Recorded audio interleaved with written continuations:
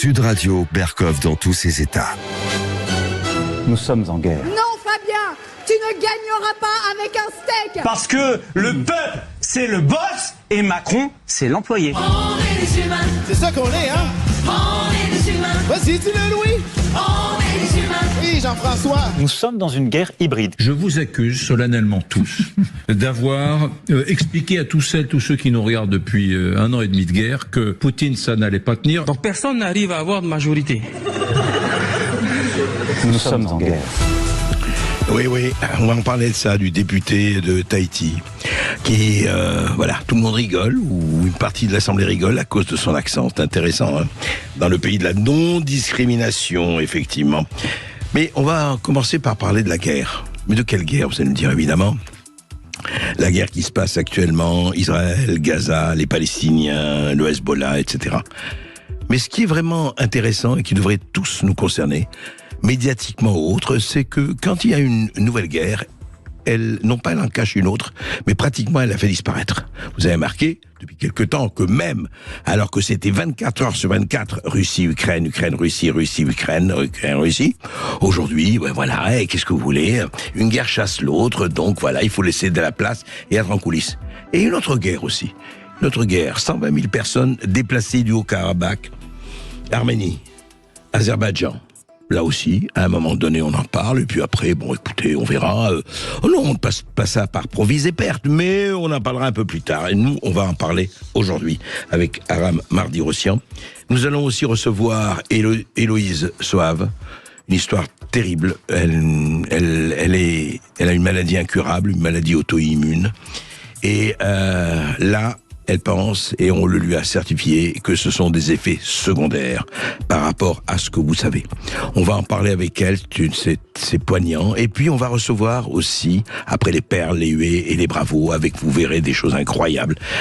On est obligé aujourd'hui, un propriétaire, de squatter sa propre maison pour remplacer un locataire. Et puis nous allons recevoir un des piliers de la République depuis 40 ans. Un homme de la noblesse d'État, Jean-Pierre Jouyet. Jean-Pierre Jouyet était secrétaire général de l'Élysée, il a été directeur de cabinet, il a été ami de 3 ou 4 présidents de la République, et il fait une confession assez étonnante, où il dit: est-ce que nous avons labouré la mer, comme disait Simon Bolivar? Est-ce que nous n'avons fait que labourer la mer? On en parle tout de suite. Ici Sud Radio. Les Français parlent au français. Je n'aime pas la blanquette de veau. Je n'aime pas la blanquette de veau. Sud Radio, Berkov dans tous ses états. Il fut un temps où un professeur d'histoire, Francis Fukuyama, disait c'est la fin de l'histoire, c'est terminé, tout va pour le mieux dans le meilleur des mondes. Et puis c'était il y a 20 ans. Et puis on a eu ce qu'on a eu. Et qu'est-ce qu'on a aujourd'hui? Le Covid. On a le réchauffement climatique et on a les guerres. Et les guerres, les morts, etc. Ça n'a jamais, en fait, cessé. Mais ce qui est étonnant, ce que je disais, c'est que, et c'est tout à fait normal et légitime qu'on parle de ce qui se passe à Gaza, en Israël, les massacres et tout ce ignoble cortège, qu'on parle aussi beaucoup moins de la guerre Russie-Ukraine. Et puis, on parle pratiquement plus d'un drame qui est toujours là, avec 120 000 personnes qui ont été déplacées en 48 heures, qui ont quitté l'endroit où ils vivaient, eux, leurs parents, leurs grands-parents, depuis, plus de 1000 ans, 2000 ans. Je parle de l'Arménie, bien sûr, et on en parle. Sud Radio, Berkov dans tous ses états, le fait du jour. L'Arménie qui pose, d'ailleurs, le problème de tellement de peuples.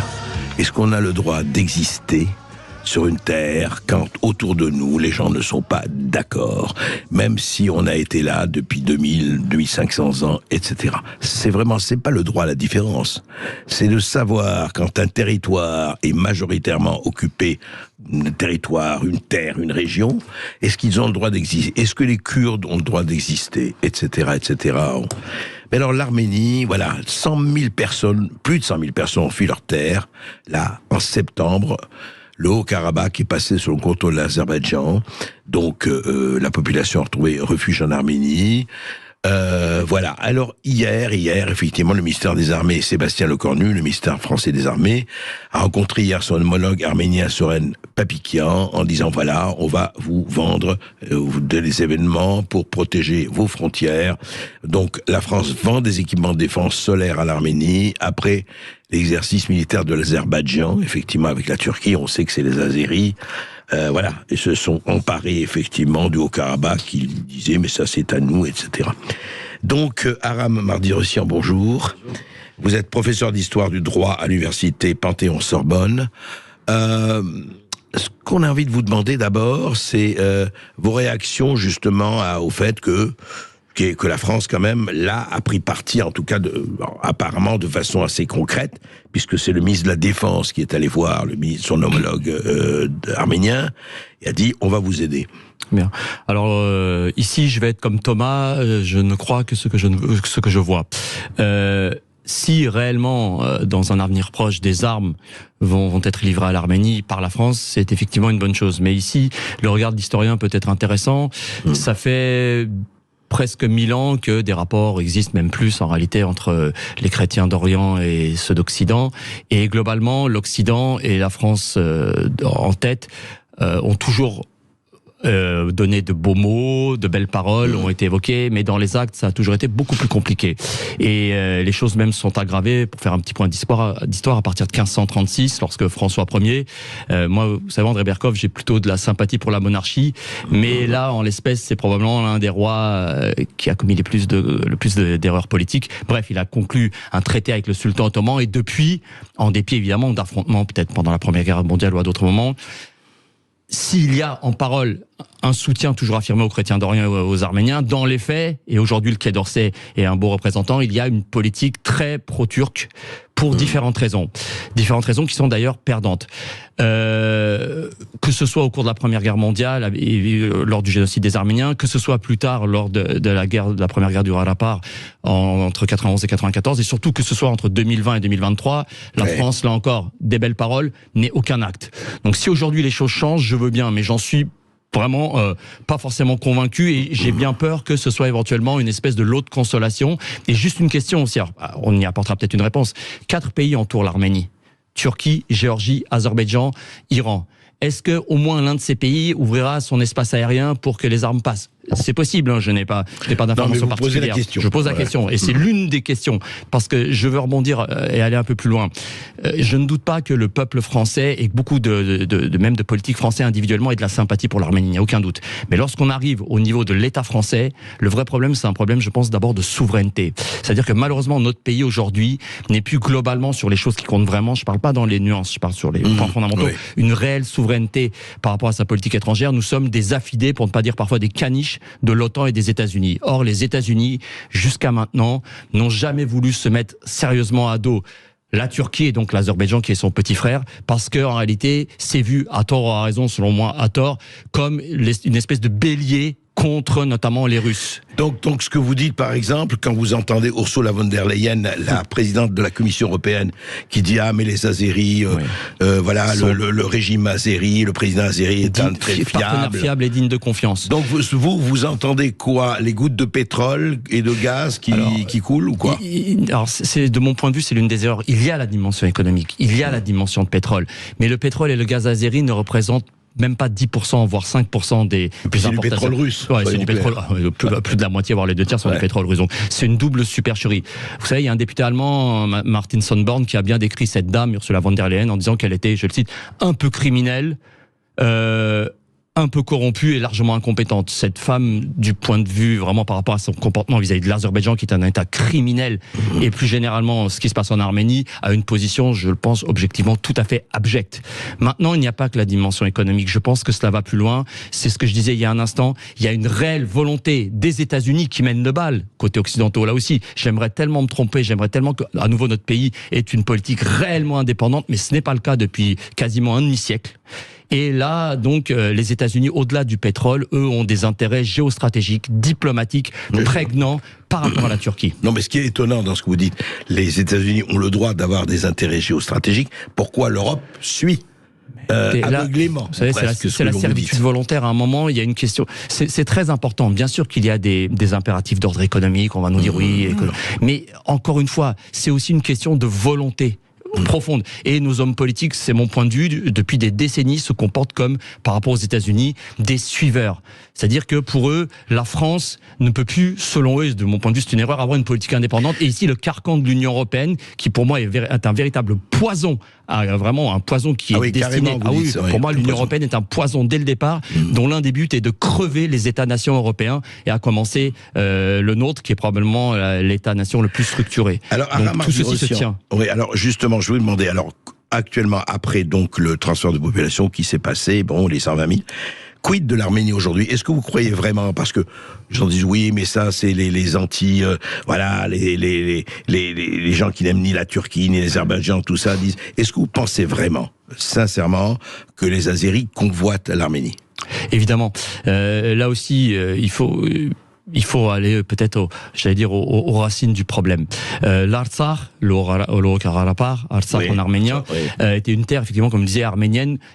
D'un point de vue vraiment historique, sérieux, scientifique, je parle pas des clowns d'historiens stipendiés par l'Azerbaïdjan.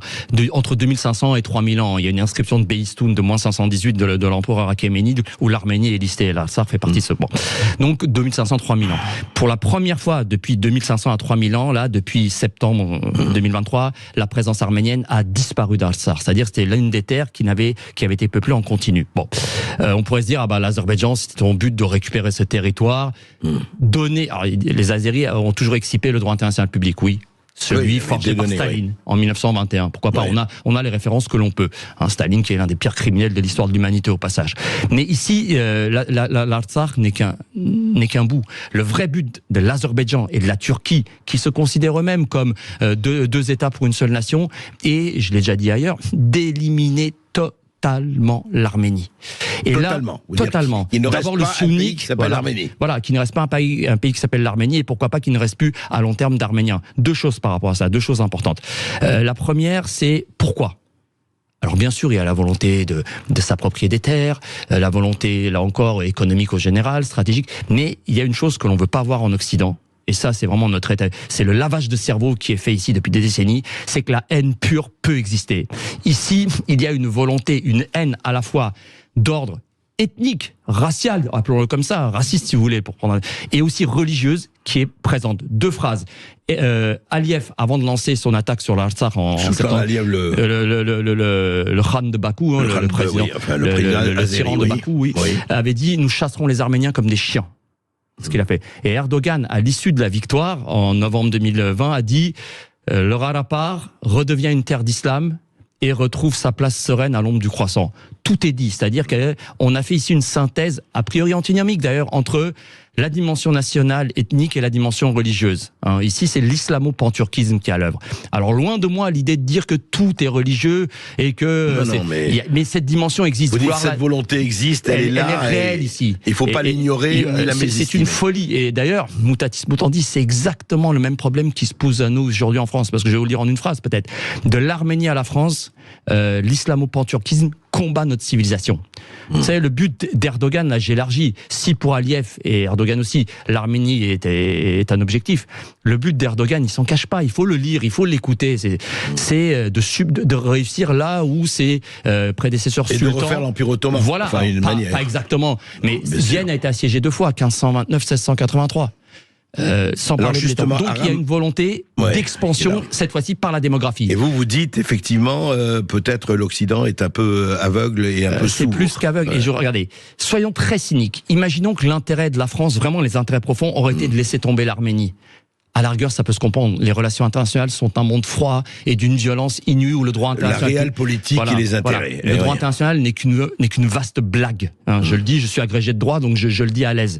Mais par contre, le problème, c'est que cette réelle politique est perdante. C'est-à-dire que ce cynisme n'est même pas gagnant. Parce que si on parle un petit peu de manière ramassée, notre tour viendra. C'est-à-dire que Erdogan vient en France ou en Allemagne, dit à ses concitoyens d'origine turque ou turque, ne faites pas 2 ou 3 enfants, faites-en 4 ou 5, vous êtes l'avenir de l'Europe.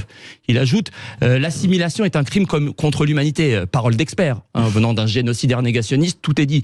Donc notre tour viendra, il a même commencé. Il y a une réelle volonté de subjuguer démographiquement l'Occident. Et j'ajoute simplement Erdogan, évidemment, il s'appuie sur d'abord les communautés turques, mais il vise évidemment aussi toutes les populations musulmanes qui, pour certaines, peuvent être sensibles à son discours. Aram Mardi-Rossian, donc vous êtes très pessimiste sur le futur de l'Arménie ? Alors très pessimiste, mais c'est là que je voudrais dire, je déteste la posture victimaire. Le côté larmoyant, où nous sommes des victimes. Face à cela, c'est aux dirigeants arméniens de prendre les mesures adéquates. Vous avez en face de vous, c'est la fameuse phrase de Julian Freund que tout le monde commence à citer aujourd'hui, l'ennemi vous désigne. Et vous pouvez lui faire toutes les protestations d'amitié. Si vous ne le combattez pas, à la fin, il vous empêchera de cultiver votre jardin. Et vous dites que les dirigeants arméniens, aujourd'hui, ne combattent pas comme il faut ? Non. Ne réagissent pas comme il faut ? Depuis 2000... En fait, depuis l'indépendance, les dirigeants arméniens n'ont pas voulu voir à des degrés divers la réalité qui se préparait à leur côté. Aliyev ne s'est jamais caché. Il a toujours montré sa volonté et son armée grossissait. En face, on est resté un petit peu comme ça à dormir sur ses lauriers, à compter sur l'intervention russe. Aujourd'hui, je vais vous le dire, c'est d'abord une question d'état d'esprit. Il faut que les dirigeants arméniens et les Arméniens soient à nouveau combatifs au dernier degré. Faire des concessions ne sert à rien, parce que si ça pouvait aboutir à quelque chose, mais les concessions sont vues comme de la faiblesse par l'ennemi et un moyen d'aller plus, une espèce d'encouragement à aller plus loin. Ils doivent se réarmer à tout prix. Pourquoi pas avec des armes françaises? Mais là, je vais dire autre chose aussi. Les relations internationales ne sont qu'un problème d'intérêt. Or, aujourd'hui, l'un des pays qui a le plus des intérêts communs avec l'Arménie par rapport notamment à cette région du sud, c'est l'Iran. Que l'on veuille ou non. Vu d'ici, ça peut paraître quelque chose, évidemment, de pas très sympathique. Mais pour l'Arménie, je ne dis pas que c'est le seul mais chacun regarde. Mais il faut que l'Arménie se tourne vers l'Iran et l'Inde, qui sont, là encore, froidement. Personne n'aime personne. Il faut que l'Arménie noue des contacts avec ces deux pays, sachant dernière chose sur ça, c'est que vous devez d'abord compter sur vous-même. Le problème des Arméniens depuis des siècles, c'est qu'ils espèrent que les Occidentaux vont les aider, que les Russes vont les aider. C'est une espèce de volonté de soumission, de protection. Non, ils doivent se prendre en main et se rappeler qu'au cours de leur histoire presque 3 fois millénaire, ils ont eu des moments où ils étaient beaucoup plus puissants et indépendants et où ils ont pu eux-mêmes se débrouiller. Il faut que cet état d'esprit revienne. Le défaitisme, la posture victimaire est non seulement haïssable sur le plan théorique, mais elle est détestable et perdante sur le plan pratique. Aram Mardi-Rossian, écoutez, vous lancez un appel et vous n'êtes pas le seul, mais en tout cas vous dites effectivement, en matière de survie, on ne peut compter que sur soi-même. En tout cas, aide-toi et les autres t'aideront. Il faut être combatif au dernier degré, se surarmer et évidemment nouer une diplomatie, sur tous les pans. Bien sûr. Mais vraiment et arrêter surtout d'être moralement et mentalement. Avoir une posture vraiment combattante. Merci beaucoup. Avec plaisir. On va se retrouver dans... Ici Sud Radio. Les Français parlent au français. Les carottes sont cuites. Les carottes sont cuites. Sud Radio Berkov dans tous ses états. Elle s'appelle Héloïse Soave. Nous l'avions reçue il y a 1 an. Elle a 32 ans et elle se bat. Et elle se bat. Une maladie auto-immune, une maladie dite incurable. Et elle dit, voilà pourquoi je l'ai eu et voilà ce qui se passe aujourd'hui. Et je crois que d'abord, je salue son courage parce que il faut beaucoup de courage dans l'état où elle est de venir témoigner et de se battre. Alors juste, je voudrais dire ceci, lire ceci pour les auditeurs de Sud Radio. Elle a eu, vous avez eu, ça, juste un mot, votre 2e injection, donc en juillet 2021. Oui, c'est ça. Et il y a eu un rapport qui a été fait, je vais le lire, pas entièrement, le 20 octobre 2023. Je sous-signais. Alors évidemment, on ne donne pas son nom, mais c'est un soignant, c'est un médecin. Je sous-signais. Suivre en consultation Madame Héloïse Soave, née le 28 janvier 1990, pour son encéphalite myalgique, survenue à la suite à la vaccination. C'est toujours l'expert qui dit cela, qui est écrit. La vaccination vis-à-vis du SARS-CoV-2 en juillet 2021. dont les symptômes invalidants sont une asthénie quotidienne avec activité limitée, un sommeil non réparateur, une intolérance à la position debout prolongée, maximum 1 minute, des troubles de la concentration avec difficulté mnésique, des céphalées à l'effort, des myalgies, arthralgies diffuses, des paresthésies douloureuses des extrémités, un flou visuel à l'effort, une hypersthésie à la lumière et au son et aux odeurs, et surtout des malaises post-effort quotidien. Voilà, et puis le diagnostic, etc., et je ne parlerai pas des dysautonomies cardiaques, etc., c'est-à-dire que, voilà un rapport fait par un soignant, on peut dire c'est l'hôpital Mondor. Oui, tout à fait, les examens ont été confirmés à Henri Mondor, oui. C'est ça, donc c'est des examens qui ont été confirmés à l'hôpital Henri Mondor.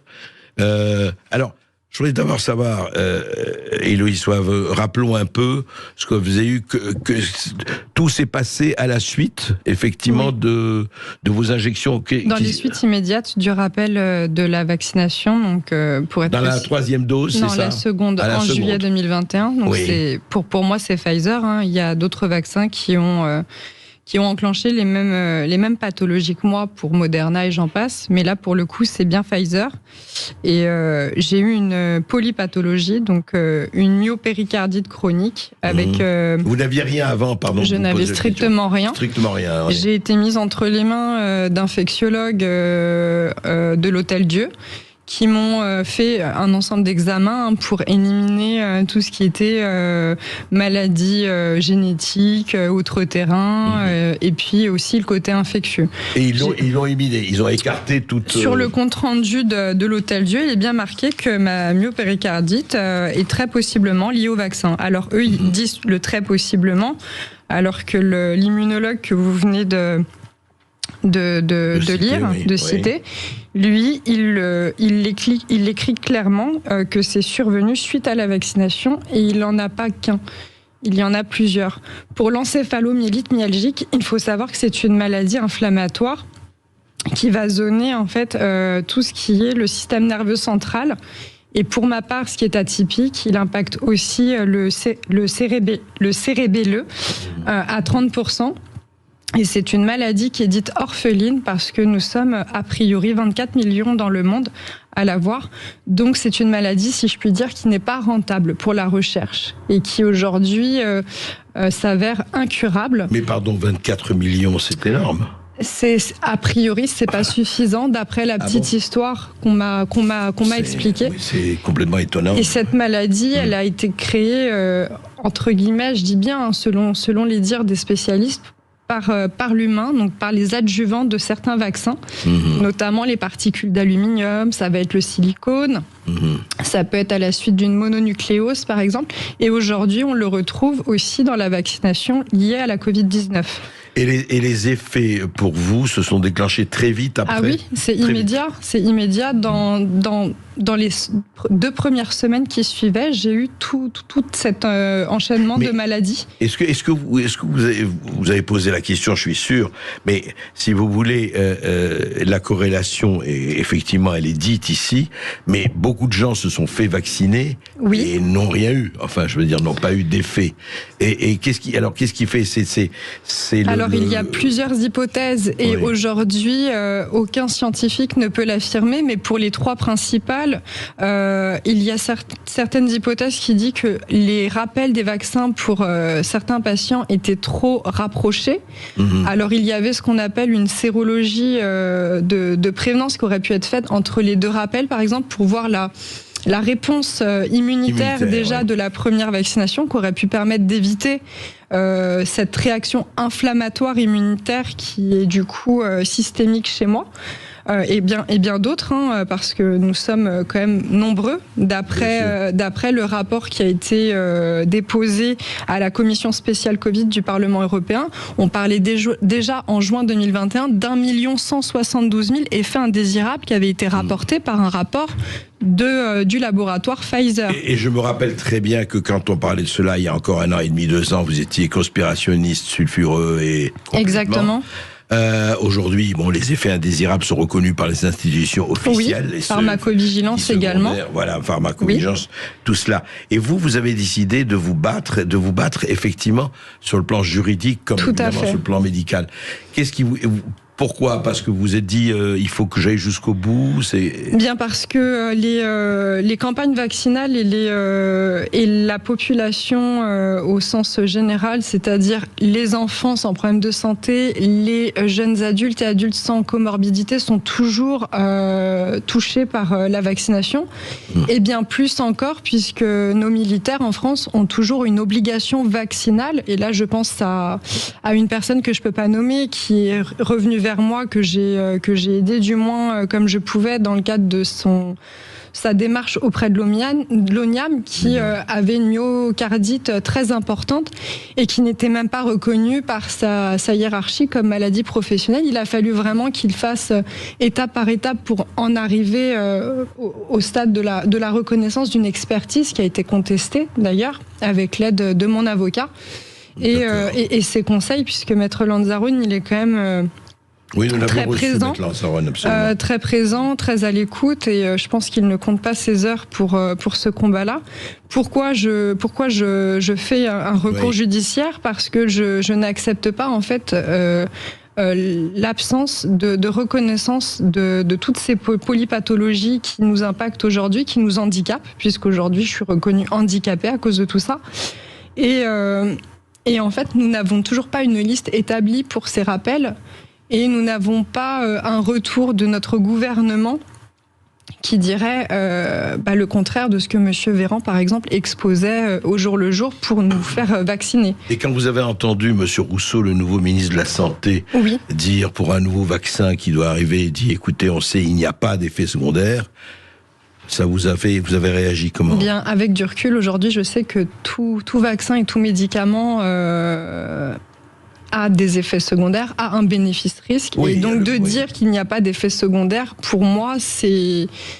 Je ne vais pas dire ce que je pense réellement sur votre antenne, mais je trouve ça léger pour un médecin.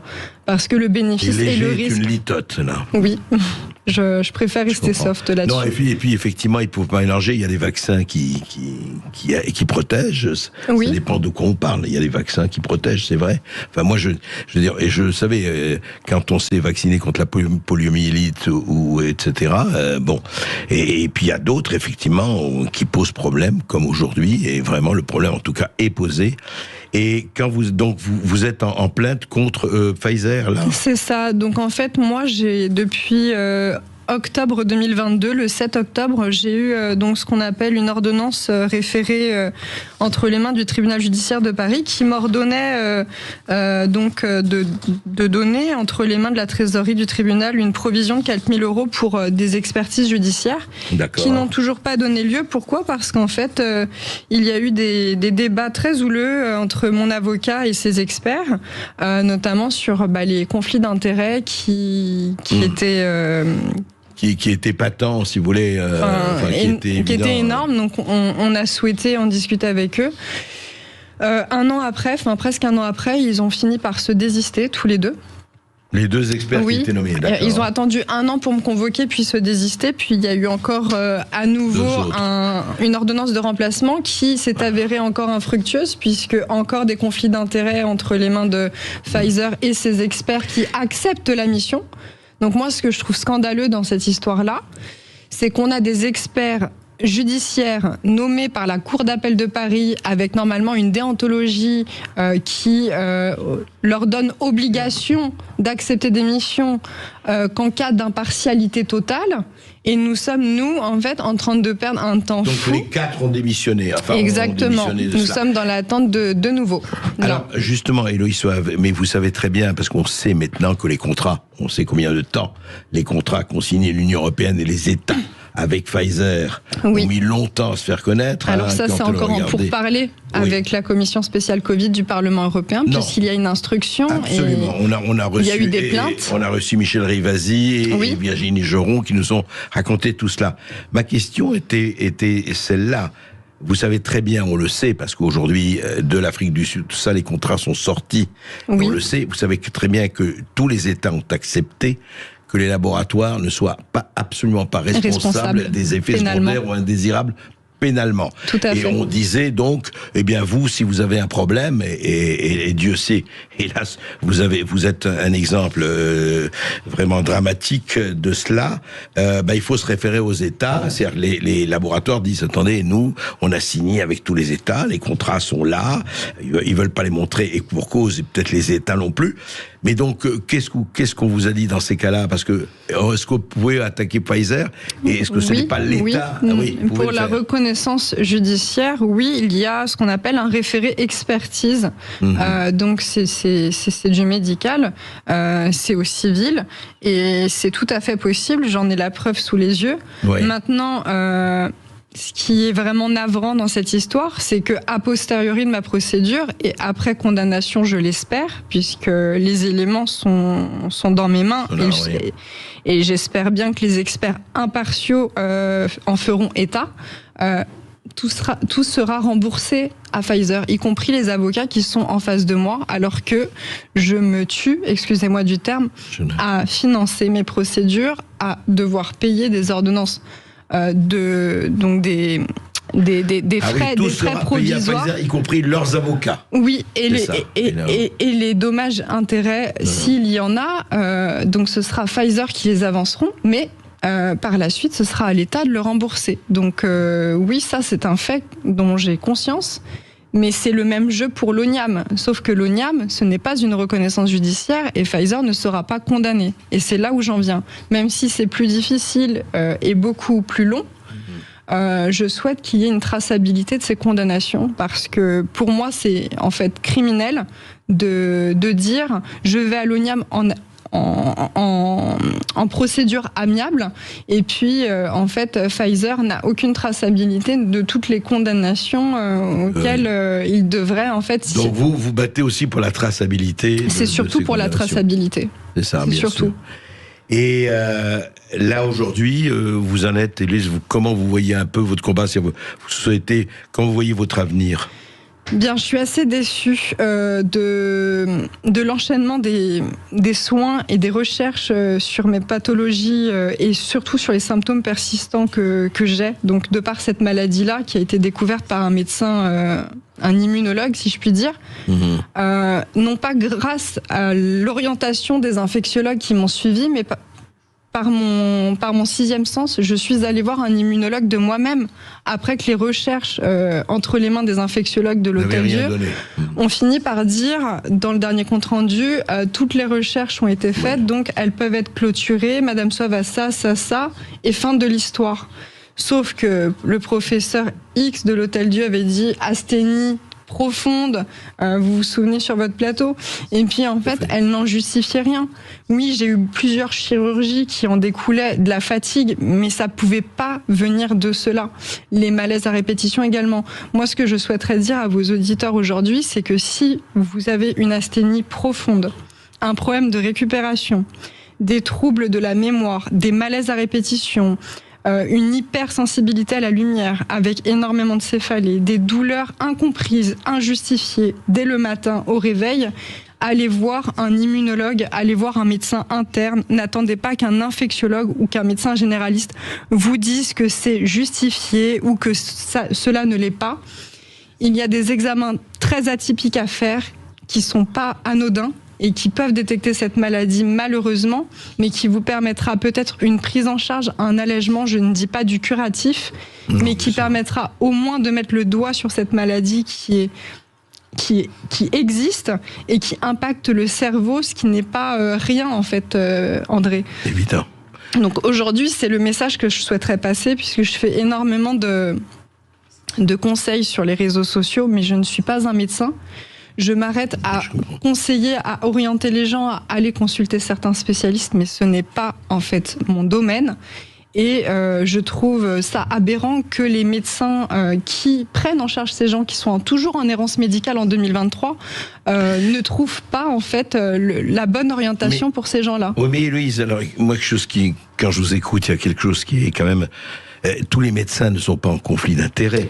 tous les médecins ne sont pas en conflit d'intérêts. Qu'il y en ait, c'est évident, mais qu'il y ait des gens qui vous disent oui, parce que à l'Hôtel Dieu, on vous a dit oui, ça peut être possiblement du vaccin, mais c'est pas sûr. C'est ça. C'est marqué très possiblement lié au vaccin, tout comme pharmacovigilance. Et c'est cet immunologue là que vous avez vu qui vous dit lui, c'est affirmatif. Oui. Ben, lui, son travail, c'est justement de regarder la réaction immunitaire, le mécanisme immunitaire qui a impacté la personne à la suite de son histoire de la maladie, bien évidemment.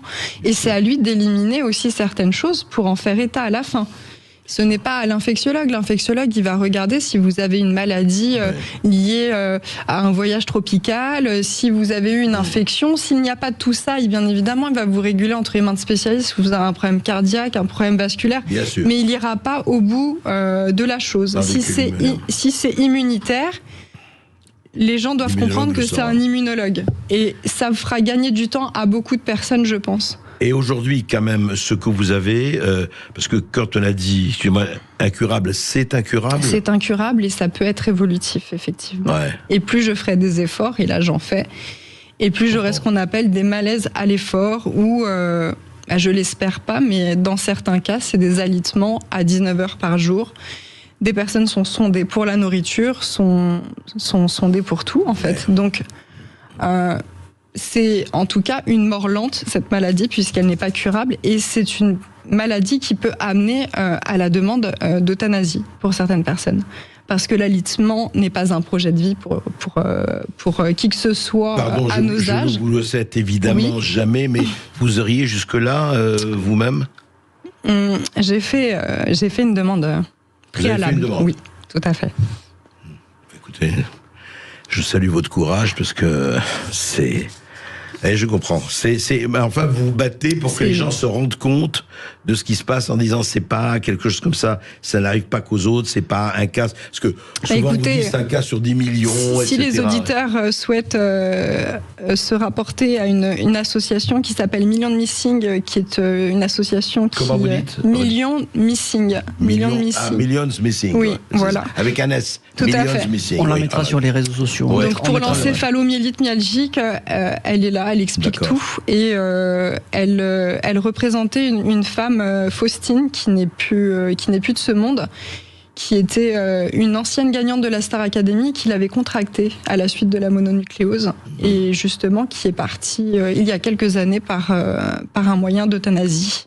D'accord. Parce que la maladie avait gagné trop de terrain et qu'elle ne pouvait plus la supporter. Donc elle a fait aussi énormément d'appel aux dons pour ça. Vous battez pour vous, battez pour les autres. Tout à fait, oui.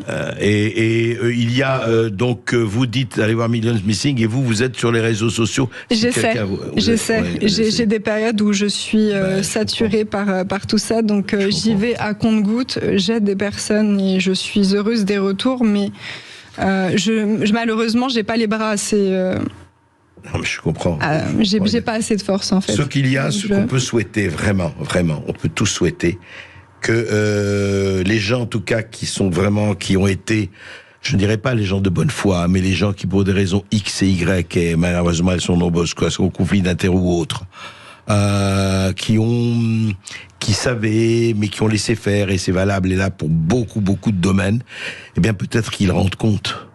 Peut-être qu'il y a à un moment donné que des gens, on va pas désigner, on va pas nommer, mais qu'ils rendent compte, quoi. Il y a quand même quelque chose qui est grave dans toute cette histoire qu'on a connue depuis 3 ans et que voilà, on peut pas dire c'est pertes et profits, etc. Et vous savez qu'un peu partout aux États-Unis, tout ça, on se bat. Oui, tout à fait. En Allemagne aussi, j'ai beaucoup de retours et des personnalités politiques qui s'investissent dedans, comme Madame Rivasi également. Et que je salue parce que c'est une femme très courageuse et qui donne de sa personne pour que la vérité sorte. Bien sûr. Donc, et on sait comment elle a été cachée. Elle nous a raconté ça à plusieurs reprises. Comment, quand il demandait de rencontrer Madame von der Leyen ou Monsieur Bourla d'ailleurs, c'était une fin de non-recevoir, alors que c'est le Parlement européen qui, en principe, nous représente. En principe. Merci beaucoup. Merci à vous. Héloïse. Merci Héloïse d'avoir été avec nous. Et puis surtout, bon courage et que vous en sortiez parce que c'est ça l'important. On va se retrouver dans un instant sur Sud Radio Berkov dans tous ses états. Les perles du jour. Chanson tahitienne, la Polynésie, effectivement, c'est un rêve. Hein. C'est vrai que c'est un paradis, c'est vrai que c'est un endroit magnifique et effectivement, quand on retombe sur terre, notamment à l'Assemblée nationale, bon, quelquefois, effectivement, dans ces temps difficiles, on a envie de rire, mais est-ce qu'on a envie de rire parce que quelqu'un a un accent et voilà. Tematai le Gaïk est arrivé tout de blanc vêtu, avec un gros collier de graines autour du cou, en lava-lava. Il est arrivé dans l'hémicycle de l'Assemblée nationale, où nous n'avons évidemment que des gens extrêmement intelligents, futés, remarquables. Hein. On a des gens magnifiques et formidables. Et puis, il a parlé, il a dit ce qu'il avait à dire sur le 49.3. Et Tematai le Gaïk n'était pas d'accord sur le 49.3 et il l'a expliqué. Et il a commencé à parler. Écoutez. C'est assez cocasse parce que vous n'avez pas la majorité pour faire passer un texte, donc vous êtes obligé d'utiliser le 49.3. Normalement, ça veut dire que le Parlement n'est pas majoritaire pour vous, mais on n'arrive pas non plus à avoir une majorité sur une motion de censure. Donc personne n'arrive à avoir de majorité.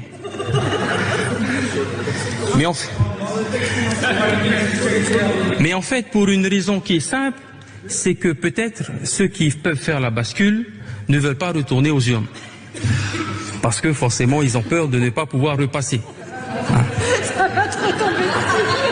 Et en fait, c'est ça la réelle question. C'est que ceux qui peuvent faire la bascule... Vous avez entendu, il dit que des choses sensées.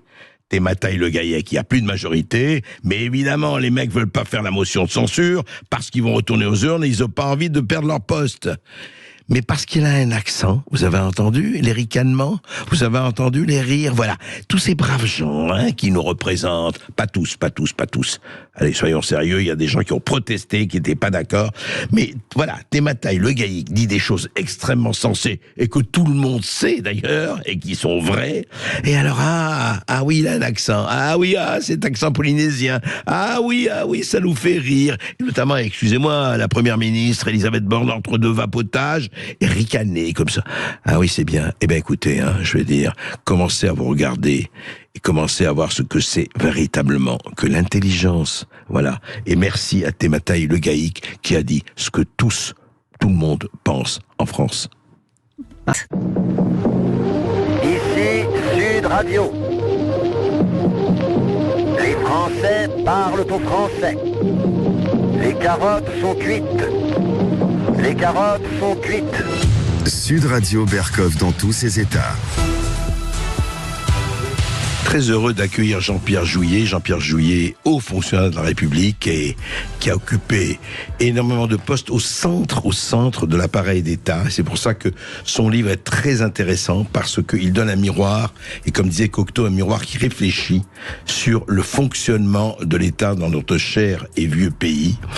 Est-ce bien nécessaire, monsieur le ministre, chez Albin Michel, mais auparavant, justement, on en parlera aussi avec Jean-Pierre Jouyet un peu, un petit fait, voilà, ce qui se passe justement dans cette douce France aujourd'hui. Écoutez. Sud Radio Berkov dans tous ses états. Charles Aznavour, je sais, vous pouvez pas rentrer chez vous parce que votre passé est déjà, mais là c'est pas du tout ça. Non. Aujourd'hui en France, et c'est pas le seul, en 2023, un propriétaire ne peut pas rentrer chez lui. Il a loué un locataire et le locataire paye pas. Ah oui, il peut pas rentrer. Et les lois, ce sont les lois. Et vous savez ce qu'il a décidé de faire? Il a décidé de squatter son propre logement.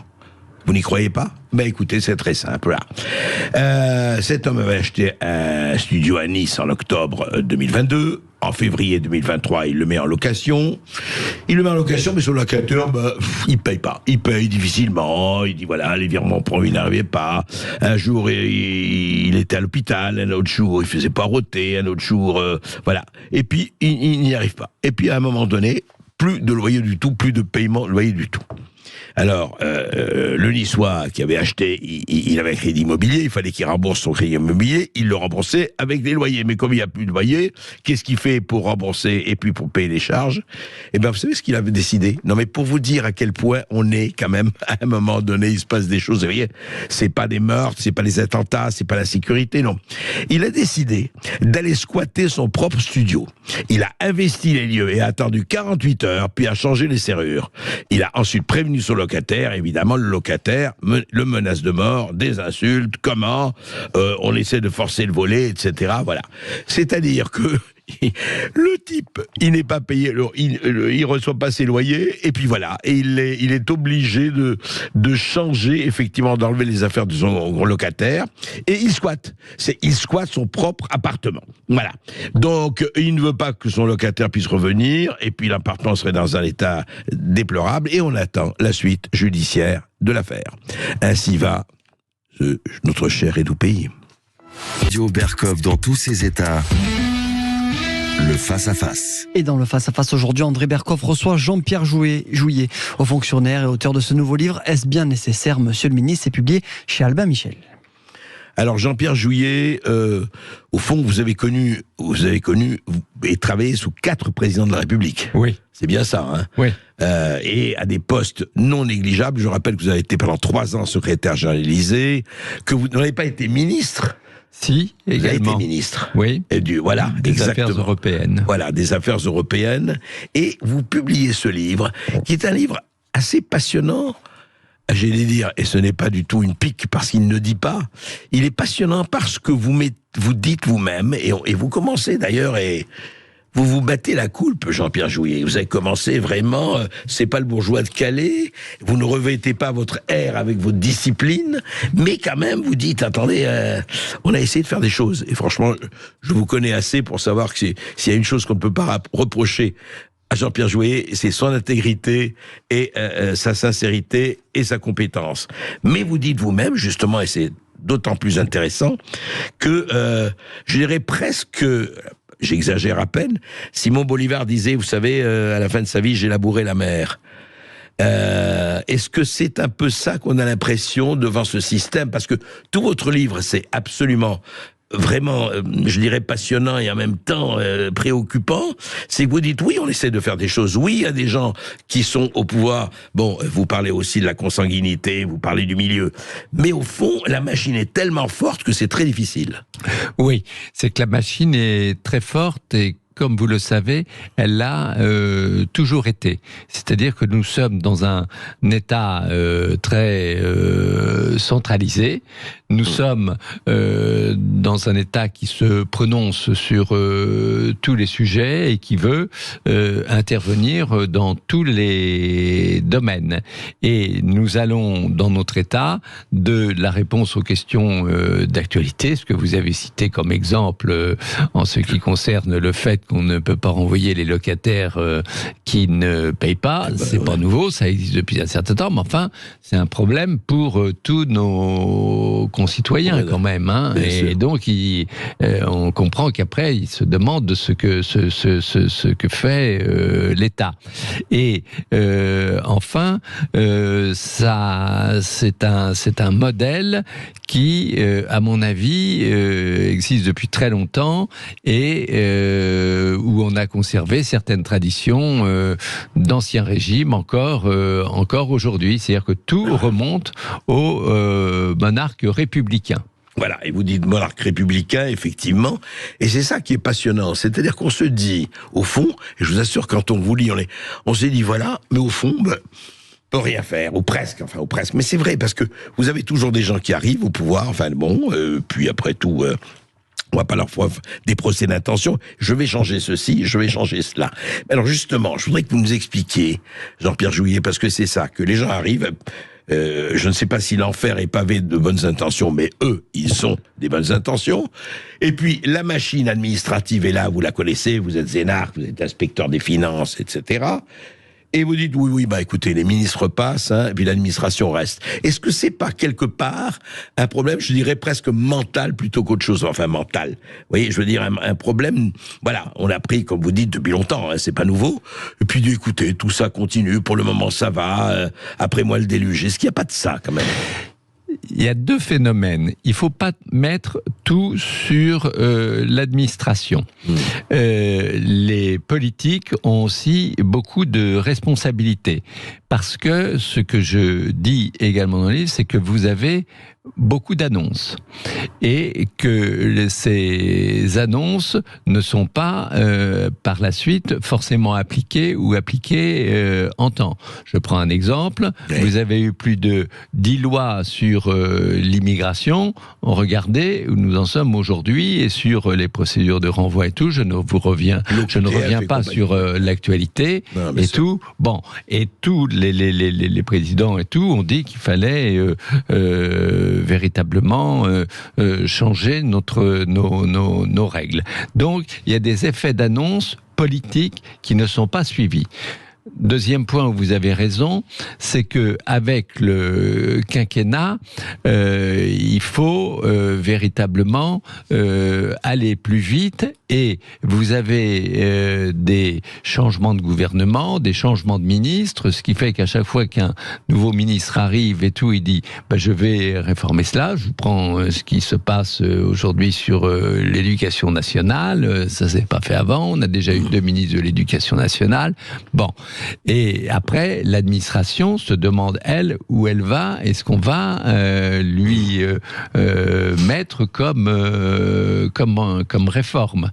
Donc, il y a vraiment un partage de responsabilités entre les politiques qui ne suivent pas toujours l'application des réformes, les politiques qui font beaucoup d'effets d'annonces de manches et moins concrets. Et troisièmement, aujourd'hui, on le voit dans un contexte international et économique qui est difficile, vous avez également des revirements politiques, c'est-à-dire qu'on ne fait pas ce qui a été annoncé. Vous regardez le nucléaire, de 2017 à 2021, on a fermé des centrales, on n'a pas réparé de réacteurs et tout, et maintenant, ça devient une priorité. Ça, c'est politique, c'est pas l'administration qui en est responsable. Après, là où vous avez raison, c'est que l'administration, ensuite, sur tout ce qui est application des lois, normes, instructions circulaires, peut parfois en rajouter ou même prendre des dispositions qui ne sont pas toujours prévues dans les lois. Oui, vous en parlez d'ailleurs beaucoup de cette France normée jusqu'à l'os, et normée jusqu'à la moelle. Mais deux choses, alors justement, vous avez côtoyé les politiques, vous avez été plus... Vous n'avez pas été, justement, et vous, non seulement vous avez côtoyé, vous avez travaillé avec eux de façon très proche, Jean-Pierre Jouyet. Mais deux choses. D'abord, vous dites, les politiques, ils les annoncent. Est-ce que les politiques ne sont pas, encore une fois, pas généralisé, mais quand même, et la loi est ne penser qu'à la prochaine élection. Vous savez, c'était Churchill qui disait, un homme d'État pense aux futures générations, un politique pense à sa prochaine réélection. Donc, est-ce qu'il n'y a pas ce côté des politiques où on dit, allez, on va faire des annonces parce que ça va faire bien ce que vous disiez, mais d'un autre côté, vous pouvez en parler dans votre livre, je prends tous ces exemples, c'est très intéressant quand vous dites, les administrations disent, oui, mais allez, vous allez faire un budget parce qu'il faut notre budget à nous, à l'administration, elle soit en hausse. Alors vous allez nous faire un bon petit rapport de façon à ce qu'on dise aux politiques, allez, haussez-nous un peu, parce que regardez, on fait un travail formidable, mais on a besoin d'effectifs, mais on a besoin de ceci, de cela. Est-ce qu'il n'y a pas cette espèce de double ambition ou de double désir d'un côté des politiques en disant, attendez, il faut que je flatte mes électeurs, l'écologie, au moment du nucléaire, c'était parfait. Et d'un autre côté, l'administration qui dit, oui, mais nous, on est là, faut quand même aller, essayons un peu d'améliorer un peu le quotidien. Vous avez tout à fait raison, c'est-à-dire que, et pour les politiques, et pour les différentes administrations, vous avez, et c'est en cela que vous n'avez pas de changement et que vous restez avec un État très puissant et avec des dépenses de fonctionnement qui sont considérables, parce que en France sont considérés comme les deux leviers de pouvoir. Un, les effectifs. Donc, les ministères estiment qu'ils n'en ont jamais assez. Plus on a des effectifs, plus c'est mieux. Mieux c'est en termes de pouvoir. Et effectivement, les crédits.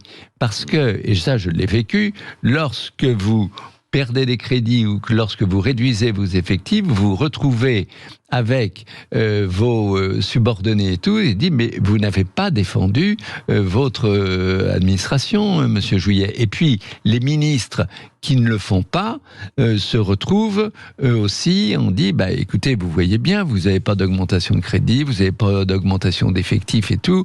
À quoi en gros vous servez? Vous ne défendez pas votre administration. Mais alors justement, c'est très Jean-Pierre Jouyet, vous avez été effectivement dans ces deux mondes. Enfin, vous l'êtes, et au fond, dans cette, je dis pas dans cette lutte, mais dans cette espèce de course d'obstacles, qui a le plus, très franchement, qui a le plus d'influence, les politiques ou les administrations? C'est difficile à dire. Pour moi, ce sont quand même les politiques qui ont quand même le plus d'influence. Et ça dépend des politiques. C'est-à-dire que quand vous avez des grands responsables politiques et des hommes politiques et des femmes politiques fortes, là, vous avez des réformes qui se font et qui sont suivies. Ça dépend beaucoup. Et puis après, dans l'administration, il y a il y a une séparation trop grande entre l'administration centrale dont j'ai fait partie et les administrations qui se trouvent sur le terrain. Et là, vous avez peu de liens entre les deux, donc là il y a une responsabilité également administrative. C'est très très important ça, excusez pour ça. Vous soulignez vraiment les mots MAUX et vous mettez les mots MOTS dessus. On va en parler juste après cette petite pause, toujours avec Jean-Pierre Jouyet. À tout de suite. Et avec vous surtout au 0826 300 300 sur Facebook et sur YouTube. À tout de suite sur Sud Radio. Et avec Jean-Pierre Jouyet, est-ce bien nécessaire, monsieur le ministre? Ça vient de paraître chez Albin Michel, et c'est un tableau absolument, je ne dirais pas effrayant, mais c'est un tableau très lucide sur ce mal français qu'on a dénoncé depuis longtemps. Mais ce qui est intéressant dans le livre de Jean-Pierre Jouyet, que lui, il l'a vécu, et d'ailleurs, il reconnaît et sa part de responsabilité comme tout le monde dans cela. Et ce qui est étonnant, c'est qu'on se dit, à un moment donné, vraiment, et vous l'avez esquissé, Jean-Pierre Jouyet, c'est que c'est une question aussi de courage et de volonté. Vous disiez que quand il y a un vrai homme d'État, en tout cas un vrai politique, il va l'imposer. Mais quand il dit oui, mais je vais flatter ceci ou cela, et vous ne parlez pas dans votre livre, moi je vais vous dire un exemple qui m'a, et moi, beaucoup de gens ont été absolument frappés, quand même, faut en parler. Une chose, on dit, bon, on a une administration, elle est en principe compétente, elle est là pour conseiller, pour agir, pour appliquer. Et voilà-t-il pas qu'il y a encore 1 an ou 2 ans, est apparu les Einstein du conseil McKinsey. Et on a dit, attention, nos concessionnaires ça va, mais il faut quand même un peu hausser le niveau. Et nous avons vu McKinsey s'intégrer dans presque toutes les politiques de la République, du Covid à l'Ukraine, mais on va vous conseiller. Alors Jean-Pierre Jouyet, moi je vous pose la question, où nos fonctionnaires, ou en tout cas la haute fonction publique, ça manque un peu de compétences, alors peut-être qu'on peut pratiquer, alors je sais que c'est difficile, à peut-être quelques épurations, ou en tout cas quelques diminutions, ou alors, pourquoi McKinsey ? Vraiment, j'avais envie d'avoir votre avis sur la question. Ben, vous allez l'avoir, et ce que je pense, c'est que les fonctionnaires, en ce qui concerne les conseils et les audits, sont en France compétents. Et ça, j'ai pu le voir parce que j'ai eu des responsabilités européennes et tout, et par rapport à d'autres administrations... Nous n'avons pas à rougir. On n'a pas à rougir par rapport à l'administration britannique ou par rapport à l'administration allemande, pour être très clair avec vous.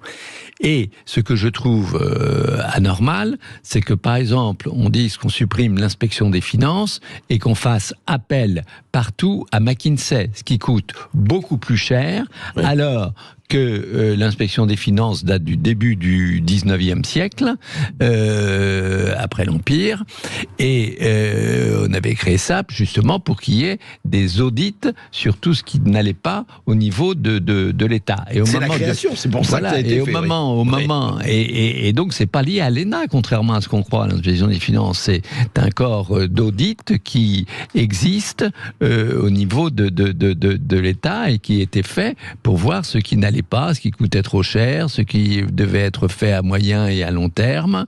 Dans le livre, comme vous l'avez vu, en annexe, je cite un rapport que j'avais fait avec Maurice Lévy sur tout ce qui était, parce que c'était pas pris en compte par les administrations immatérielles. Bon, on n'a pas eu besoin de McKinsey, on n'a pas besoin de McKinsey.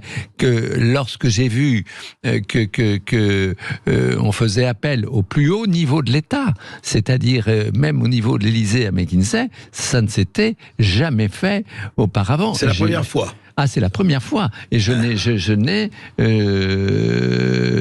dire, vous voyez, c'est pas, j'en ai pas après les conseils privés et tout ça. Non, mais enfin, on n'utilise pas non plus les compétences que l'on a dans l'administration et où vous avez également, vous l'avez souligné, on ne, admettons qu'on dise voilà, on va utiliser McKinsey et tout, on ne suit pas toujours les rationalisations qui seraient nécessaires dans l'administration. Oui, on dit bon bah si c'est pas compétent, on va supprimer des postes et tout ça. Or on ne le fait pas parce que on ne veut pas non plus avoir d'ennui avec les syndicats de la fonction publique.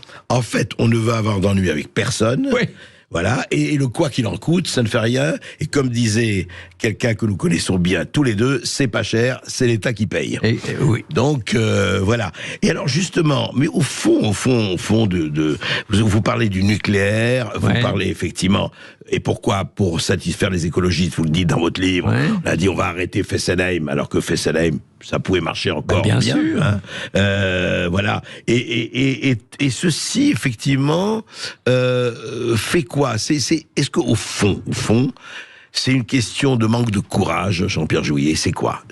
C'est quoi qui fait que de ce que vous décrivez, qui existe depuis des décennies, sinon des siècles, qu'est-ce qui fait qu'à un moment donné, il n'y a pas des gens qui secouent le cocotier, comme on dit? Eh bien, il y a deux éléments. Premier, ce que je vous ai dit, c'est qu'il y a il y a des féodalités politiques et administratives qui sont très importantes.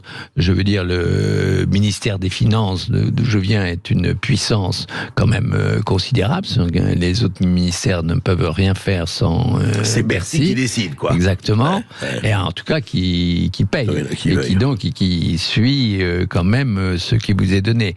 2, vous avez tout ce qui est l'intérieur en termes de sécurité, des choses comme ça. 3, vous avez bien sûr tout ce qui est le Quai d'Orsay, qui est également une féodalité très très importante. Et vous avez bien sûr tout ce qui est défense, tout ça. Bon, c'est 4 ou 5 grands ministères, on n'y touche pas et ils dominent les autres, si vous voulez. Et deuxièmement, c'est vrai qu'il n'y a pas toujours le courage qui est voulu pour s'attaquer à tout cela et pour réformer à fond. Parce que pour faire cela, il faut qu'on ait le courage d'abandonner un certain nombre de compétences au niveau central et de les décentraliser au niveau local. Alors le Jacobin Jouyet est-il devenu Girondin ? Le Jacobin, et j'ai évolué sur ce point, vous avez tout à fait raison, je n'étais pas comme ça il y a une quinzaine d'années ou une vingtaine d'années, mais je suis effectivement devenu girondin. Et je considère, par exemple, sur la santé, sur l'éducation, vous avez tellement de compétences entre l'État, les régions, les départements et tout ça, que les Français ne savent plus à qui s'adresser quand il y a une école qui marche pas, quand on ne prend pas leur enfant, quand vous avez des accidents et tout ça, et qu'on vous dit, voilà, les urgences, ça ferme à 18h30, vous allez maintenant, pour un traumatisme crânien, vous faire hospitaliser à 70 km. Bon, c'est pareil, on demande aux collectivités, aux départements et tout ça de financer, mais ils n'ont pas de pouvoir sur les directions hospitalières ou sur les directions d'enseignement. Et ça, je considère que c'est tout à fait anormal aujourd'hui. Alors, ce qui est étonnant, c'est qu'on le sait, vous le savez, vous le dites, et encore une fois, je repose la question, enfin, elle est lancinante. C'est-à-dire, on le sait, et puis ça ne bouge pas. Les autorités régionales de santé, vous en parlez dans votre livre, c'est quand même quelque chose d'hallucinant. Il y a 33%, je ne sais pas, c'est 30% du corps médical qui est autorité régionale de santé.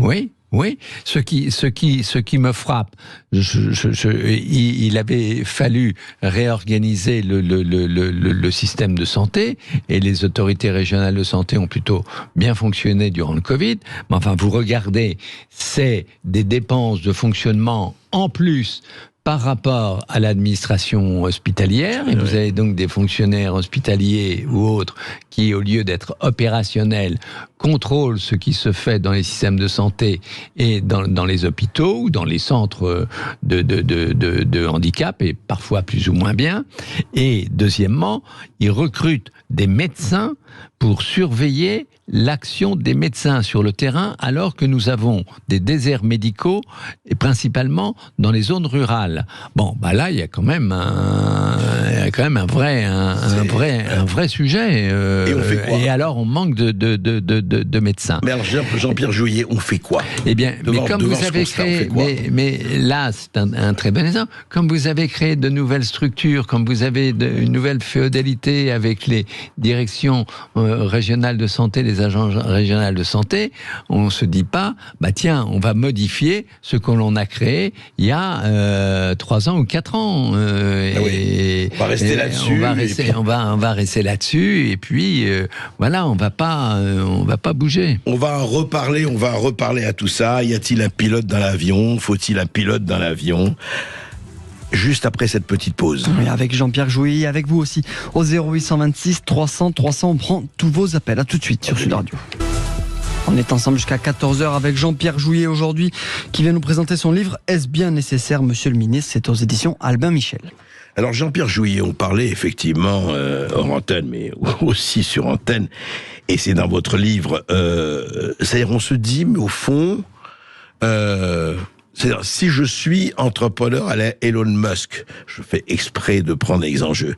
Mais je dis, mais c'est quoi mais foutez-moi à la porte tous ces gens-là, ou au moins, je vais être vulgaire comme peut l'être un businessman américain, mais il va dire, et je ne dis pas qu'il faut prendre un exemple, mais il y a une administration qui a fait cet État. Et comme vous le dites, enfin, il y a eu pendant des siècles, cet État français, il faut là aussi pas jeter le bébé à l'administration avec l'eau du bain, mais et qu'il y a eu ce qu'il y a eu, et la France est devenue ce qu'est la France. Mais on a l'impression que les mêmes qualités qui faisaient ce que la France est devenue par des siècles, etc., je veux dire Colbert et compagnie, depuis Louis XIV et même avant, sont devenus des défauts. Qu'est-ce qui a fait que ces signes positifs, et Dieu sait s'ils ont été positifs, se sont transformés depuis, 40 ans, 50 ans, en négatifs ? C'est transformé en négatif parce que nous sommes dans un monde qui est aujourd'hui beaucoup plus complexe, où il y a quand même des révolutions technologiques qui sont importantes, où il y a des rapports entre les Français, les Européens et autres qui se sont développés, où notre jeunesse quand même est beaucoup plus mobile qu'elle ne l'était auparavant. Vous remarquez qu'aujourd'hui, les jeunes, ils restent moins longtemps dans un emploi que ce qui pouvait être auparavant. Mais il n'y a pas eu d'adaptation par rapport à toutes ces évolutions, et au fait aussi que vous avez en plus des normes nationales, maintenant des normes européennes, et que l'Europe, on le voit depuis avant le Covid, et compte tenu de ce qui se passe en Ukraine et des actes terroristes en Israël, on voit bien que tout cela, l'Europe maintenant aussi a influencé fortement notre manière d'être. Mais on ne l'a pas pris en compte, et au niveau politique et au niveau administratif. On surajoute des normes, par exemple françaises, aux normes européennes. Vous voyez nos amis agriculteurs, par exemple, un jour on leur dit qu'ils peuvent prendre tel pesticide, puis 5 mois après on leur dit qu'ils ne peuvent pas, puis après les Français vous disent non, on ne le fera pas quand même. Comment vous voulez vous y retrouver dans tout ça? C'est quand même... Oui, c'est les normes européennes sont ajoutées. Alors justement, Jean-Pierre Jouyet, vous avez été un des bâtisseurs, en tout cas, vous avez assisté au passage de l'euro, vous le racontez, oui. Quelques dîners de fin d'année, notamment, oui. le fameux fin d'année. Bon, vous êtes très sincèrement, aujourd'hui, avec le recul, considérez que l'Europe, le bénéfice-risque a été plutôt bénéfique ou plutôt risqué? Non, je crois que c'est bénéfique, mais je crois que l'Europe a besoin d'être réformée. Mais je prends l'euro, c'est une des réformes réussies, et aujourd'hui, par rapport aux craintes que l'on avait, au début du XXIe siècle, en 2000, puisque c'est de là que ça date, on s'aperçoit aujourd'hui que c'est un élément de stabilité et de sécurité important. Et je ne sais pas si, vous voyez, si on n'avait pas l'euro aujourd'hui, compte tenu de notre niveau de dette, des niveaux de déficit, des niveaux de dépenses publiques que l'on a par rapport à notre richesse nationale, j'aime mieux dire qu'on ne serait pas bien en termes monétaires. Donc ça a été plutôt, enfin pour vous c'est clair. Ouais. Mais est-ce que ces normes européennes, cette espèce de quand l'Europe intervient, regardez prenons les questions d'immigration, les questions du droit d'asile, etc. Le droit européen aujourd'hui surmonte le droit national. Est-ce que c'est une bonne chose ? Il faut regarder les domaines où cela intervient, parce que vous avez beaucoup là aussi c'est pareil, vous avez beaucoup de déclarations européennes, et notamment sur l'immigration, la politique européenne n'est pas quand même, et c'est une litote, la plus forte. Schengen n'a jamais eu d'administration forte. Là maintenant on nous dit depuis 1 an, mais tout ça va se renforcer, on va renforcer les contrôles et tout ça. Ouais. Je l'ai déjà vécu, moi, en faisant la présidence française de l'Union européenne en 2008. On avait le même discours.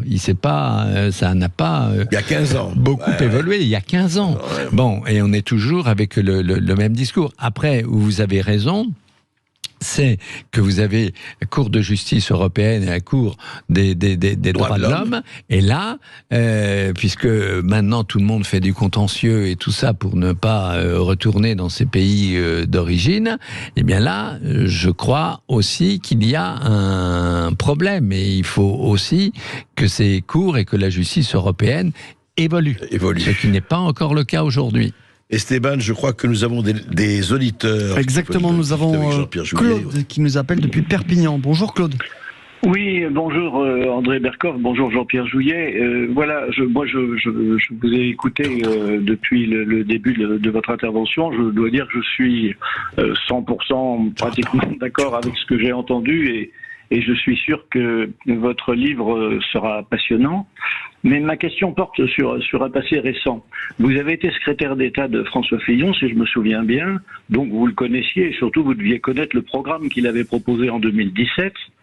Or, le battement d'ailes de papillon auquel vous avez été un peu mêlé et qui a contribué au tremblement de terre qui ne lui a pas permis finalement de poursuivre et éventuellement de passer, est-ce que vous ne pensez pas que c'est un peu dommage au fond que ce soit Hollande et Macron qui aient succédé à cette hypothèse et à ce programme de François Fillon ? Je veux dire, déjà, j'ai beaucoup de respect pour François Fillon, et j'ai vu qu'on allait reconsidérer son dossier, ce qui me paraît important. Deuxièmement, je veux dire, François Hollande et Emmanuel Macron ont quand même également fait un certain nombre de réformes. Vous voyez, François Hollande, il a quand même stabiliser ce qui s'est passé en Europe avec la Grèce. Il a été, sur le plan de la politique internationale, un des premiers à voir les menaces qui pesaient sur l'Ukraine et à défendre l'Ukraine. Troisièmement, il a vu tous les risques de Daesh en Afrique subsaharienne, au Mali et tout. Il a pris les interventions nécessaires. Et enfin, en ce qui concerne Emmanuel Macron, vous voyez que la crise du Covid, je veux dire dans l'ensemble, en France, elle a été bien gérée. Donc, et dernier point que je connais, sous François Hollande, vous avez eu une réforme importante à laquelle l'administration n'a pas cru pendant 30 ans, et j'en faisais partie, qui est la retenue à la source et qui est sans doute une des réformes fiscales les plus simples qui étaient mises en place. Donc vous défendez vos amis. Je défends, cher Jean-Pierre. Je défends et mes amis, et je respecte les personnes que j'ai servies comme François Fillon. Eh bien, nous avons Guy, je crois. Oui, Guy, qu'on va retrouver dans un instant après cette courte pause. À tout de suite, restez avec nous, Guy. 16h46 dans ce face-à-face, on est toujours avec Jean-Pierre Jouyet et on accueille Guy de Paris au 0826 300 300. Bonjour Guy. Bonjour Guy. Bonjour monsieur André Berkoff, bonjour monsieur André Jouyet.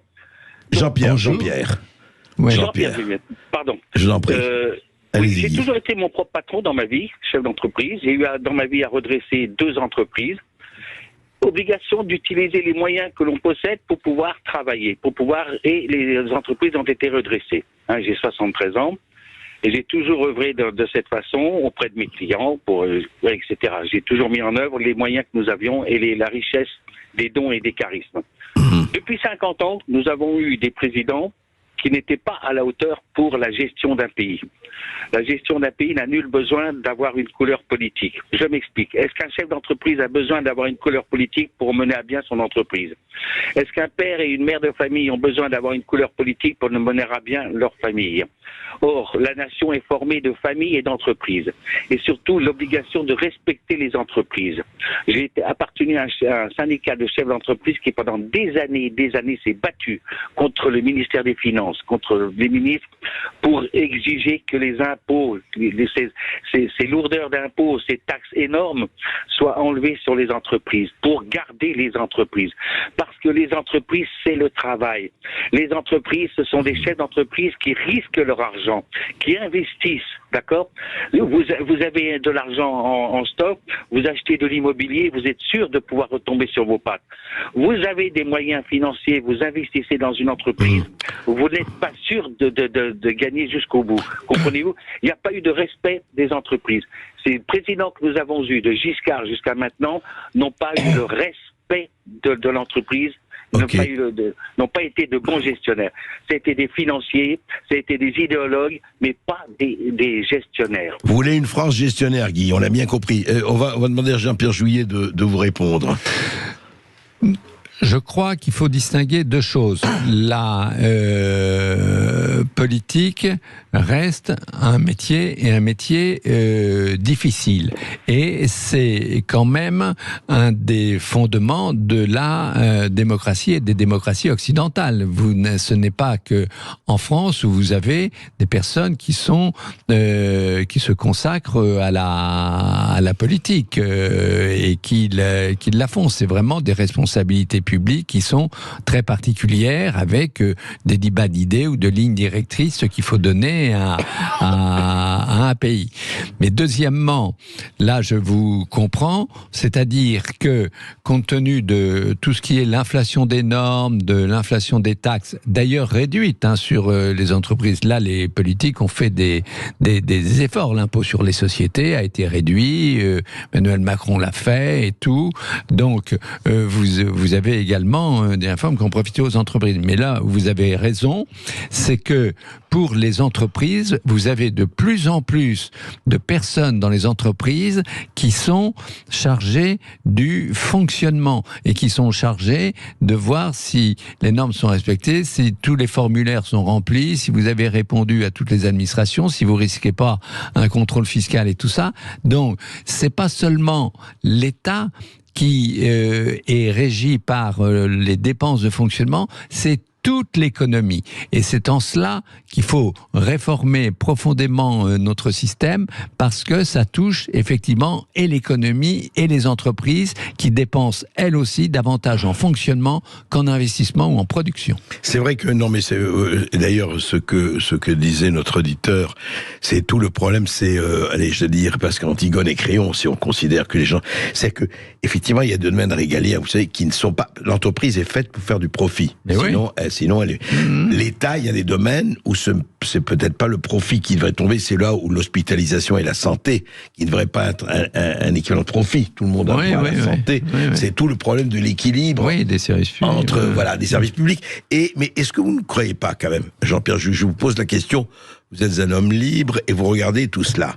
Est-ce que franchement, il faut garder, mais je vous pose la question, j'ai pas lu, la garantie de l'emploi pour tout ce qui est fonction publique, par rapport, est-ce qu'il n'y a pas cette espèce de France, mais elle existe depuis toujours, mais je crois qu'il faut se poser la question, garantie de l'emploi. À certains métiers, on dit c'est garantie de l'emploi, parce que justement, ils peuvent être corrompus d'intérêts, mais, conflit d'intérêts, etc. Mais on sait le pantouflage. Comment on peut faire pour empêcher que ces deux mondes ne se réfractent pour le mauvais plutôt que pour le bien? Alors, c'est une vraie question et fondamentale, parce que vous ne réformez pas, vous ne diminuez pas les effectifs de l'État, où vous ne les faites pas bouger entre des administrations qui en auraient besoin aujourd'hui, type la santé, l'éducation nationale. Vous avez peu de fonctionnaires des finances qui vont à la santé ou à l'éducation nationale. Bon, parce que vous avez deux sujets.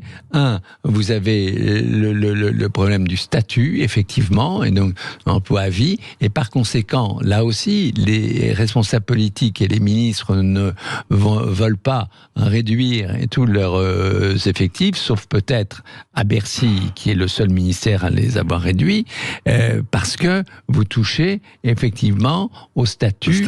Et ça. Deuxième point, je pense qu'il devrait y avoir une évolution en recrutant davantage de contractuels. Et ce que l'on observe aujourd'hui, mais à un rythme trop modéré, c'est que l'on recrute des contractuels. Et on doit aller dans ce sens-là. On accueille Philippe qui nous appelle depuis Caen. Bonjour Philippe. Bonjour Philippe. Philippe ? Oui, bonjour André. Oui, bonjour. Monsieur Juillet. Bon, je suis pas très content. Moi, je vais pousser un petit coup de gueule, mais gentillet.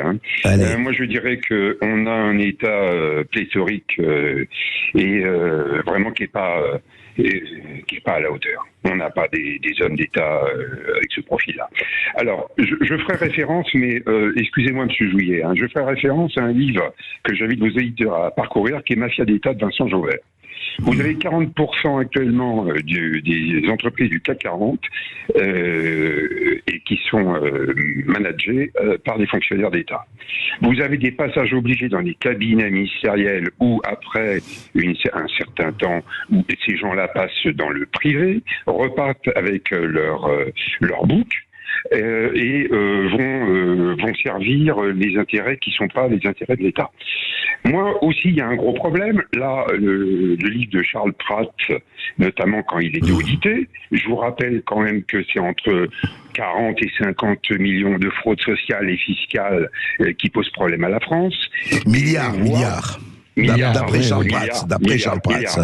Et on voit que des gens, des fonctionnaires qui sont à la tête de la caisse d'assurance maladie notamment, qui sont issus du sérail de la fonction publique, ne se déplacent pas et n'y vont pas. Pourquoi ? Parce qu'ils savent qu'ils doivent rendre compte.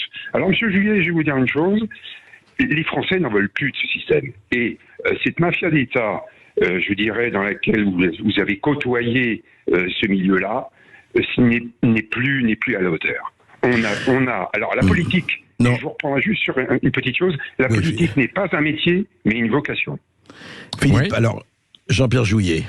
Alors, je vois que monsieur comme moi entend ce qui se dit et ce qui se passe en Normandie, où je vais souvent, donc ça je comprends parce que je l'entends.